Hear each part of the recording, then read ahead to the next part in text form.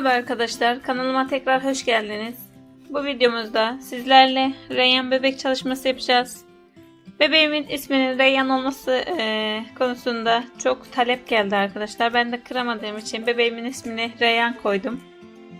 Bebeğimiz böyle kıvır kıvır lüle saçlı, rengarenk etekli bir bebek. Elbisesi ve ayakkabıları çıkabilen bir bebek arkadaşlar. İlk olarak bebeğimizin ayaklarından başlayıp bacağını öreceğiz. Daha sonra da birleştirmesini yapıp diğer parçalarını öreceğiz. İsterseniz hemen başlayalım. Bebeğimin ayaklarıyla devam ediyorum arkadaşlar. Beyaz ipimle devam ediyorum. Bu ayakta yani ayak rengi ve çorap rengi olacak. Beyaz ipimle 10 zincir çekiyorum.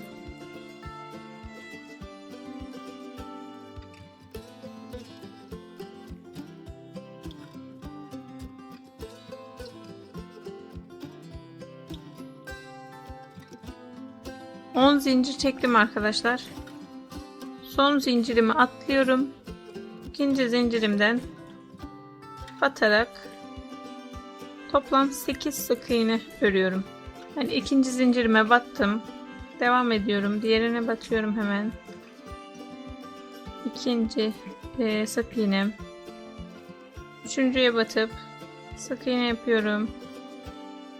Dördüncüye batıp sık iğne. Bu şekilde 8 sık iğne örüyorum.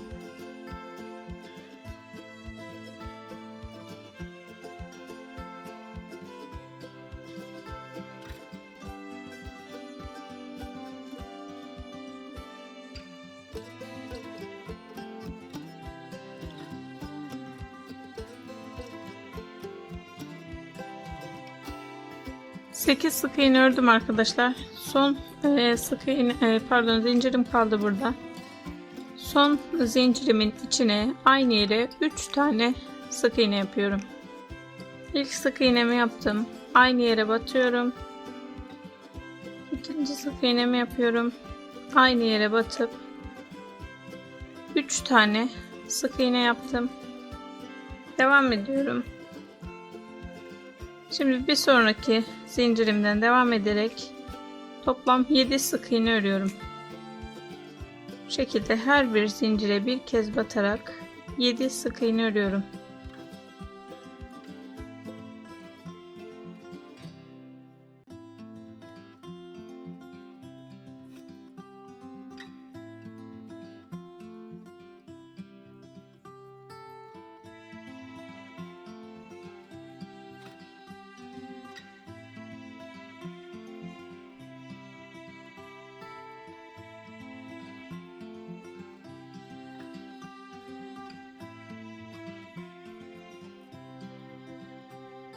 Yedi sık iğne ördüm arkadaşlar. Burada son sık iğnem kaldı.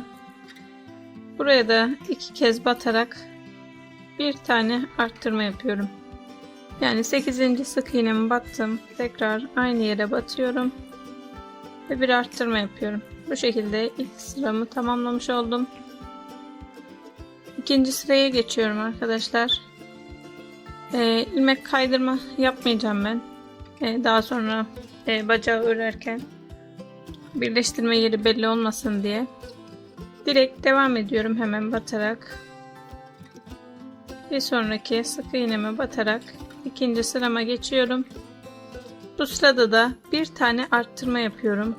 İlk sık iğnemi battım. Aynı yere bir kez daha batıyorum ve bir arttırma yapıyorum. Şimdi 7 sık iğne örüyorum arkadaşlar. Her bir sık iğneye bir kez batarak 7 sık iğne örüyorum.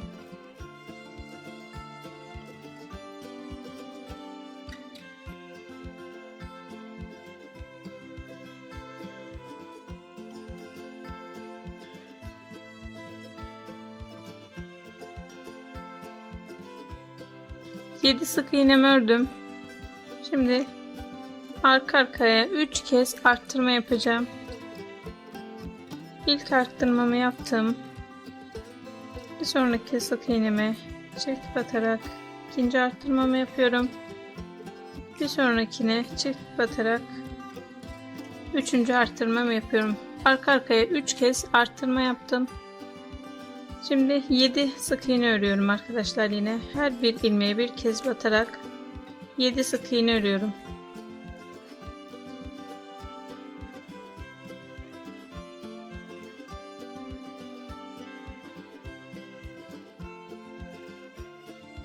Yedi sık iğne ördüm. Şimdi 2 kez arttırma yapacağım. Hemen bir sonraki sık iğneme battım. Arttırma yaptım. Diğerine geçip aynı yere 2 kez batarak arttırmamı yaptım. Toplamda 2 kez arttırma yaptım ve sıra sonuna geldim arkadaşlar. 3. sıraya geçiyorum. Burada yine ilmek belirleyici koyarak sıranızı belirleyebilirsiniz arkadaşlar. Sırada yaptığımız işlemler sayılı olduğu için o yüzden ben koymadım, ama karıştırmamak için isterseniz belirleyebilirsiniz. 3. sıradan ilk sık iğnemi yaptım. Yani bir sık iğne ördüm ve bir tane arttırma yapıyorum. Bir sonraki sık iğneme battım. Tekrar aynı yere batarak bir arttırma yaptım. Tekrar söyleyeyim arkadaşlar, karışıklık olmasın. 3. sıradan bir sık iğne ördüm ve bir arttırma yaptım. Şimdi 7 sık iğne örüyorum.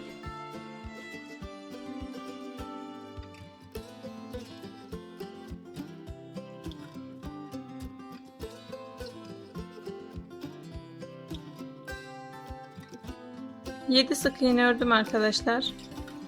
Şimdi 3 kez bir sık iğne bir arttırma yapacağız. Yani 7 sık iğnemi ördüm. Tekrar bir sık iğne yapıyorum ve bir arttırma yapıyorum. İkinci kez bir sık iğne örüyorum, bir arttırma yapıyorum. Ve üçüncü kez bir sık iğne ve bir arttırma. Toplamda 3 kez bir sık iğne bir arttırma yaptım. Şimdi yine 7 sık iğne örüyorum.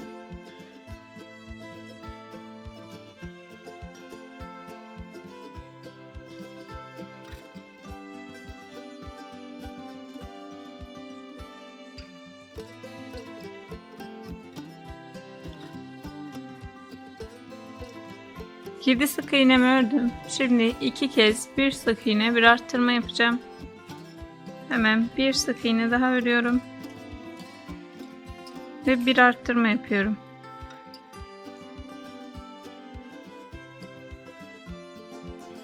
Tekrar bir sık iğne örüyorum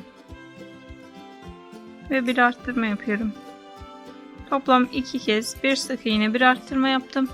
Sıra sonuna geldim arkadaşlar. Sıra sonunda toplam 32 sık iğnem oldu. Birinci sırada 20 sık iğnemiz olması gerekiyor.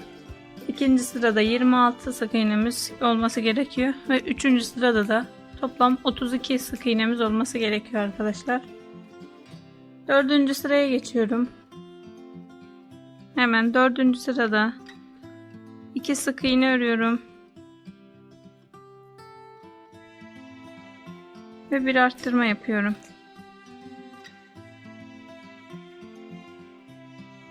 Şimdi 7 sık iğne örüyorum.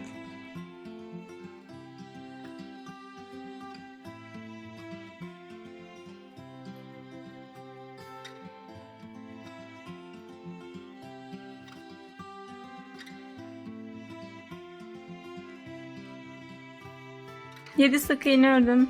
Şimdi 3 kez 2 sık iğne bir arttırma yapacağız. 2 sık iğne örüyorum ve bir arttırma yapıyorum. İkinci kez 2 sık iğne örüyorum, bir arttırma yapıyorum. Üçüncü kez 2 sık iğne örüyorum, bir arttırma yapıyorum. Toplam 3 kez 2 sık iğne bir arttırma yaptım. Şimdi tekrar 7 sık iğne örüyorum.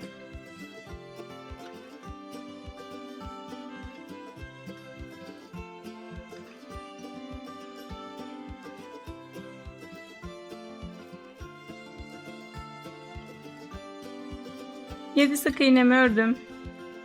Şimdi 2 kez 2 sık iğne bir arttırma yapacağız. 2 sık iğne ördüm ve bir arttırma yapıyorum. İkinci kez 2 sık iğne örüyorum, bir arttırma yapıyorum. Toplam 2 kez 2 sık iğne bir arttırma yaptım ve sıra sonuna geldim arkadaşlar. Sıra sonunda da toplam 38 tane sık iğnem oldu. 5. sıradayım. 5, 6, 7 ve 8. sıralarda 4 sıra boyunca her ilmeğe bir ilmek öreceğiz. Hemen 5. sıradan ilk sık iğnemi ördüm. Bu sırada ilmek belirleyicimi takıyorum. Sıramı belirlemek için. Söylediğim gibi 5, 6, 7 ve 8. sıralarda 4 sıra boyunca her bir ilmeğe bir kez batarak 4 sıra 38 sık iğnemizi tekrarlıyoruz arkadaşlar.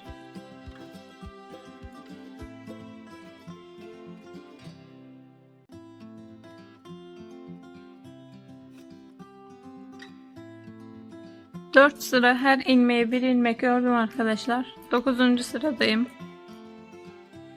9. sırada 10 sık iğne örüyorum. Hemen ilk sık iğnemi örüp tekrar ilmek belirleyicimi takıyorum. 10 sık iğne örüyorum arkadaşlar. Yani bu ilk ördüğümle birlikte 10 sık iğne örüyorum.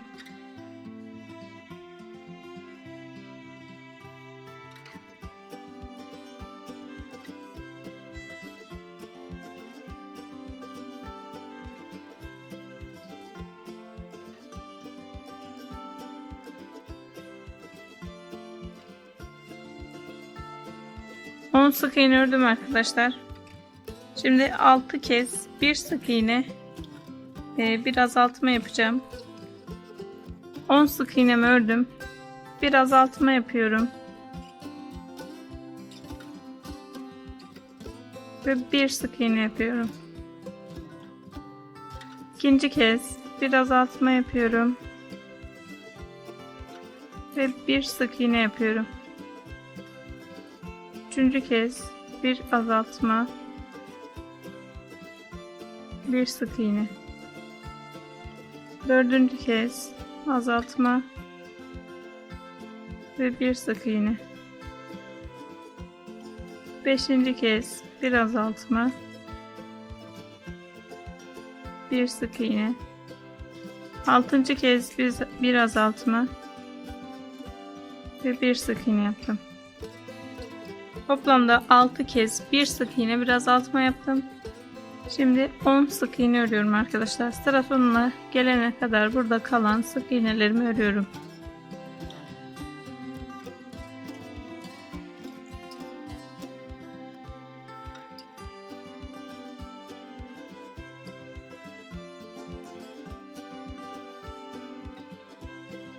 On sık iğne örüp sıra sonuna geldim arkadaşlar.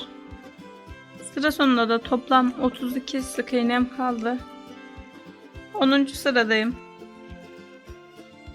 10. sırada da yine başta 10 sık iğne örüyorum. 10 tek sık iğne örüyorum.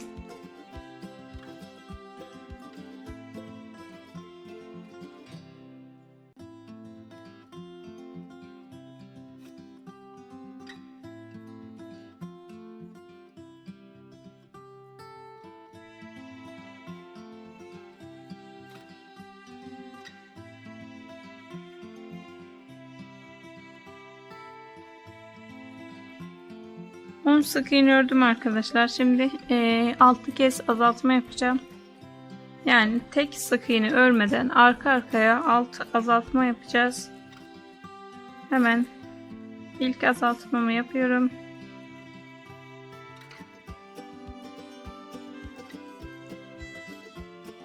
Tekrar ikinci azaltmamı yapıyorum. Azaltmayı arkadaşlar şu şekilde tek kanadını alıyorum.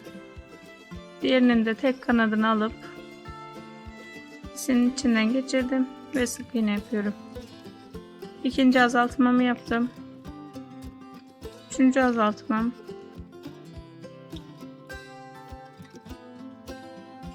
Dördüncü azaltmam.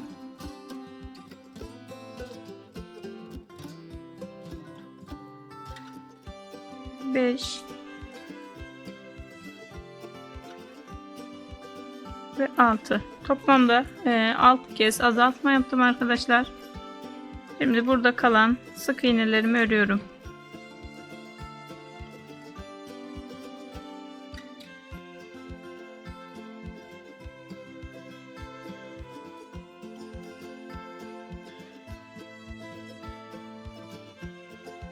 Burada kalan sık iğnelerimi ördüm arkadaşlar. Sıra sonuna geldim. Sıra sonunda da toplam 26 tane sık iğnem kaldı. 11. sıraya geçiyorum. 11. sırada da başta 8 sık iğne örüyoruz. Hemen 8 sık iğnemi örüyorum.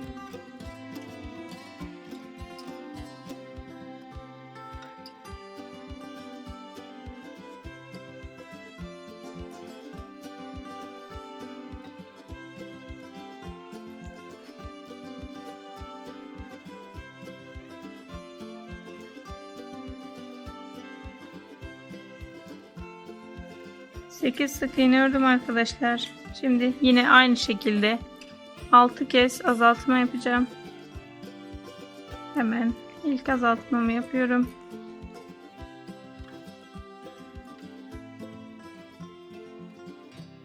Birinci azaltmamı yaptım. İkinci azaltmamı yapıyorum.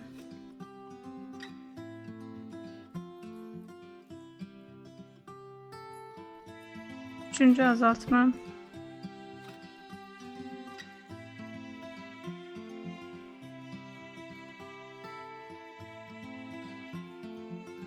Dört.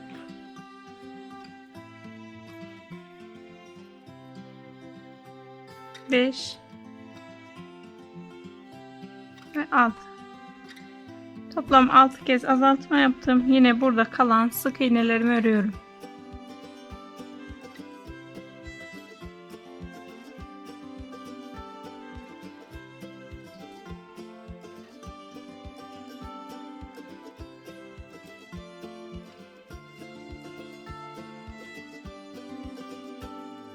Kalan sık iğnelerimi ördüm arkadaşlar. Sıra sonuna geldim. Sıra sonunda toplam 20 sık iğnem kaldı. 12. sıradayım. Şimdi arkadaşlar 5 sıra boyunca her bir ilmeğe bir kez batarak öreceğiz. Arttırma ve azaltma yapmadan her bir ilmeğe bir kez batarak 5 sıra boyunca 20 sık iğnemi tekrarlıyorum. 5 sıra her ilmeğe bir ilmek olarak 20 sık iğnemi tekrarladım arkadaşlar. Şimdi bu sıramızda şu an 17. sıradayız. Bu sırada da blue öreceğiz. Blue'yu da şu şekilde arkadaşlar. İlmeğimin arka kanadını alıyorum. Şöyle normalde yani şu şekilde alıyoruz. Blue yaparken ortadan batırıyorum. Ve arka kanadını alıyorum. Sık iğne yapıyorum. Tekrar aynı şekilde arka kanadını alarak örüyorum. Burada bir çizgi oluşturuyoruz arkadaşlar. Bu sıramızda da bu şekilde 20 kez blue yapacağız. İlmeklerimin arka kanadını alarak 20 sık iğnemi örüyorum.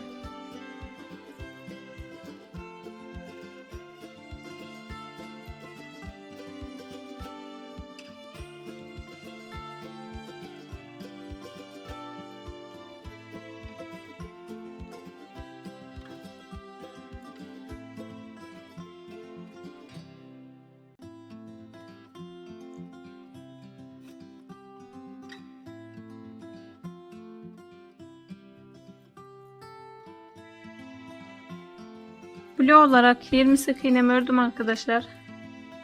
Şu şekilde son sık iğnemi aldım, örmedim. Tekrar göstereyim.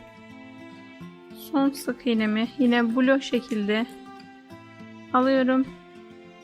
İlmeğimi çıkarıp örmüyorum. Renk değişikliği yapacağız şimdi. Ten rengine geçiyorum. ipimi ilmeklerimin arasından geçiriyorum ve hemen bir sonraki sık iğneye batıp sık iğne yapıyorum. Bu şekilde renk değişikliğini yaptım arkadaşlar. Şimdi iplerimi birbirine bağlıyorum.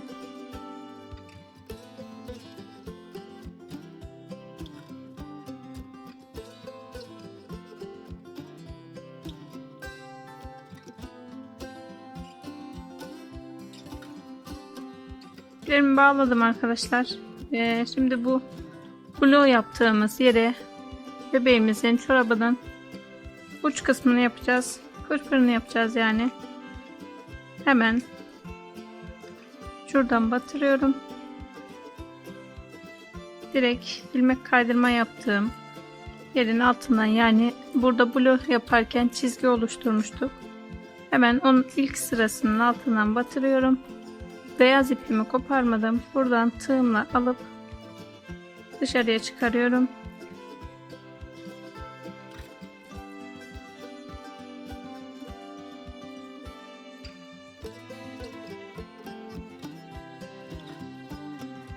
Renk değişikliği yaptım arkadaşlar. İplerimi birbirine bağladım ve koparıyorum.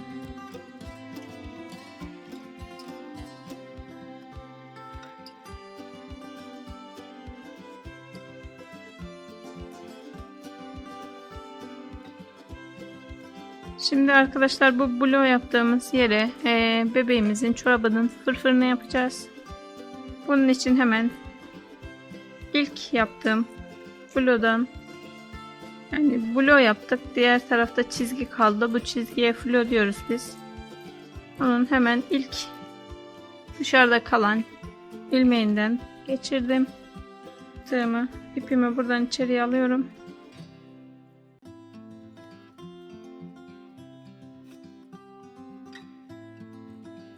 Ve bir zincir çekiyorum arkadaşlar. İpimi buradan içeriye alıp bir zincir çektim. Hemen ikinci filoma batıyorum ve ilmek kaydırma yapıyorum. Bir sonrakine batıyorum ve sık iğne yapıyorum. Bir sonrakine batıp ilmek kaydırma, bir sonrakine batıyorum ve sık iğne yapıyorum. Bu şekilde bir sık iğne, bir ilmek kaydırma olarak sıra sonuna kadar devam ediyorum arkadaşlar.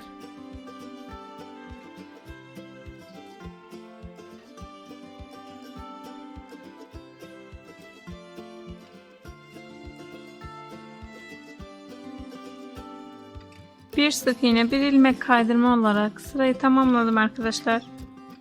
İçini doldurdum ben. Çünkü sonra doldurmakta sıkıntı yaşayabiliriz. O yüzden içini doldurdum. Şimdi bu ipleri burada nasıl kaybettiğimi göstereceğim. Son floya da battım. Şimdi ilk battığım yere tekrar batıyorum. İlmek kaydırma yapıyorum. Ve ipimi koparıyorum.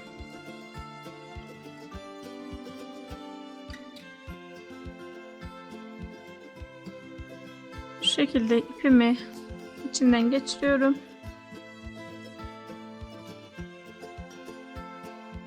Arkadan tığımı batırıyorum.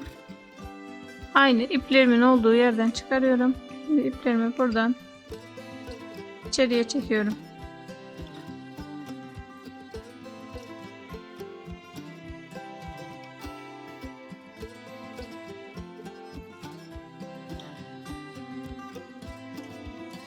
Daha sonra bu iplerimi birbirine bağlıyorum.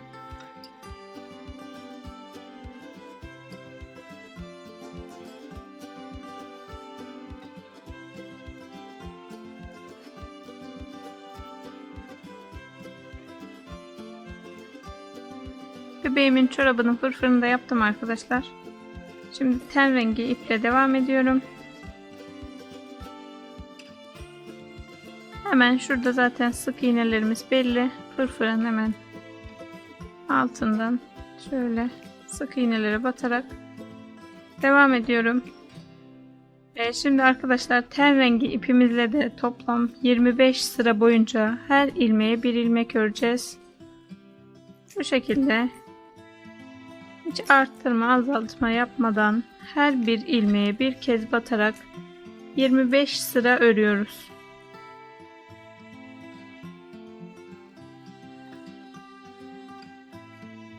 ...25 sıra her ilmeğe bir ilmek ördüm arkadaşlar. Bu şekilde ipimi de kopardım. İçini doldurdum. Bu şekilde bebeğimin ilk bacağını oluşturdum. Aynı şekilde aynı ölçülerde bir tane daha örüyoruz ve ipini koparmadan gövdeye devam ediyoruz. Bu videomuzda bebeğimizin bacağını ördük arkadaşlar. Bir sonraki videoda birleştirmesini yapacağız. Bir sonraki videoda görüşmek üzere. Hoşça kalın.